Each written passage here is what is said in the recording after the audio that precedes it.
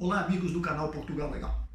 Hoje nós iremos abordar um tema que me parece bastante simples, mas para muitas pessoas isso ainda gera bastante confusão e bastante troca de informação nas mídias sociais, pode, não pode, deve, não deve. Do que nós iremos falar hoje? Nós iremos falar de uma situação envolvendo duas pessoas, um casal, sendo um dos cônjuges cidadão europeu e o outro um cidadão estrangeiro, no caso, um brasileiro, por exemplo. Quando estas pessoas chegam em Portugal, fazem a sua viagem, precisam de passagem de ida e volta? Será que precisa mesmo? Ou será que não precisa?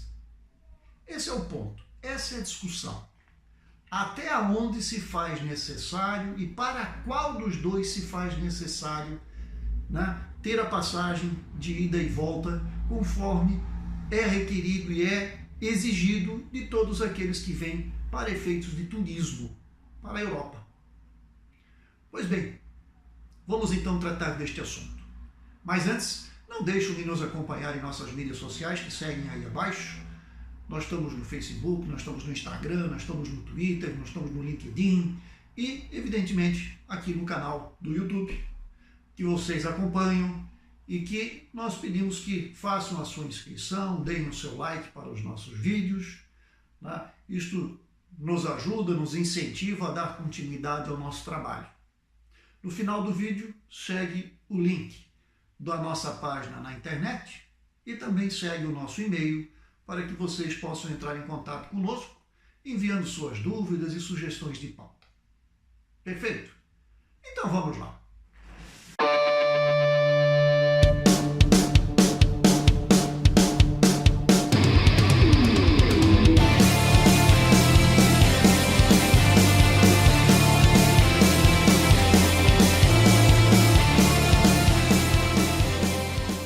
Precisa ou não precisa da passagem? Vamos ver primeiro a situação do europeu. Por óbvio, se eu sou cidadão europeu e eu estou no Brasil, residindo, ou fui a passeio e eu volto, eu tenho passagem de volta.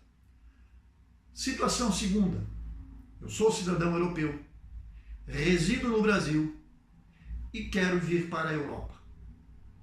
Neste caso, se eu sou um cidadão europeu, tenho o passaporte europeu, eu não necessito, vejam bem, eu não necessito da passagem de ida e volta. Basta a passagem de vinda para Portugal, por exemplo, ou para a Alemanha, para a Suíça, para a França, para onde queiram. Portanto, o cidadão que tem o passaporte está liberado desta passagem de retorno, mesmo que ele resida no Brasil. Vamos partir do princípio que agora ele queira residir aqui. Perfeito? Ele vai ter que fazer, evidentemente, um trâmite para se instalar no seu país. Imaginemos que ele seja italiano e queira morar em Portugal. Por óbvio, ele vai ter todo um trâmite para que ele consiga permanecer em Portugal sendo um cidadão italiano. Isto não significa que ele não precise passar por alguns procedimentos para se fixar em Portugal. Agora vamos falar sobre a segunda pessoa. A segunda pessoa é casada com um cidadão europeu. Os dois querem viajar para a Europa. O cidadão europeu, como já vimos, não precisa desta segunda passagem, ou seja, passagem de retorno ao Brasil. Mas e o outro, que está chegando junto, que é o cônjuge, ele vai precisar?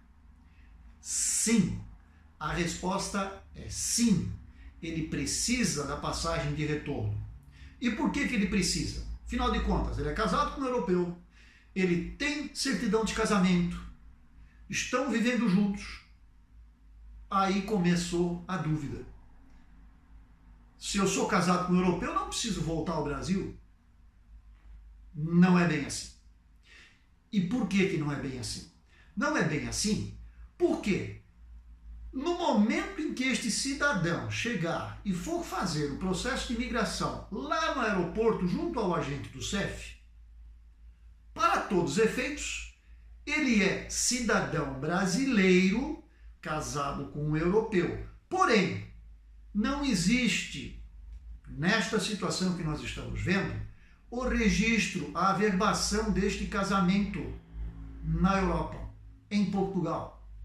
Portanto, para o Estado português, em que pese que lá no Brasil os dois são casados, mas aqui não. Aqui ele é um mero turista. Portanto, como turista, ele precisa do quê? Passagem ida e passagem volta. Dá para resolver isso? Claro.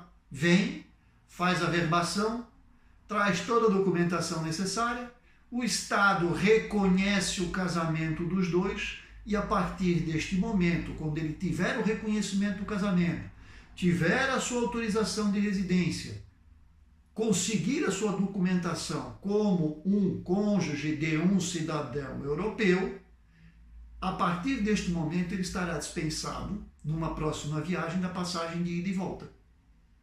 Agora, vejam bem, enquanto ele é cidadão brasileiro, nacional, portanto, de um Estado estrangeiro, casado com um europeu, e o documento dele não estiver aqui no registro, este casamento aqui não tem reconhecimento.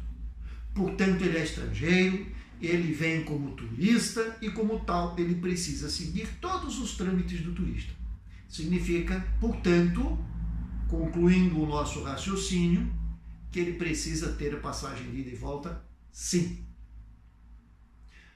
Espero que a gente tenha sido claro, que a gente tenha conseguido passar essa informação para vocês de uma maneira bastante simples, mas importante, porque estes assuntos aparecem a todo momento e geram uma discussão enorme nos grupos, um dizendo que sim, outro dizendo que não, mas eu entrei, eu passei, para mim ninguém perguntou nada. Gente, tenham em mente uma coisa: o fato de você ter passado na imigração, o agente não ter lhe perguntado absolutamente nada, é uma loteria.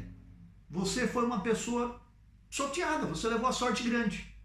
E se tivessem lhe pedido a passagem de retorno, como faria? Iria voltar. Você seria impedido de entrar na Europa, não é? Então não arrisquem, não coloquem todo um projeto de vida, né, da dependência de uma passagem de ida e volta.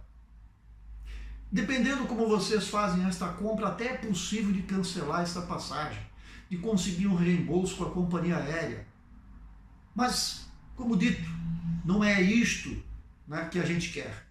O que nós recomendamos, o que nós sugerimos é: façam a coisa correta. Portanto, na situação colocada para este vídeo, cidadão estrangeiro, casado com um europeu, sem que o Estado aqui tenha reconhecido esta relação, este matrimônio, legalmente, ele não existe para o Estado. Portanto, o acompanhante é turista. E como turista, ele deve obedecer às regras. Portanto, 2 passagens, ida e volta para o acompanhante. O europeu, basta a passagem de vida. Esperamos que tenhamos sido claros.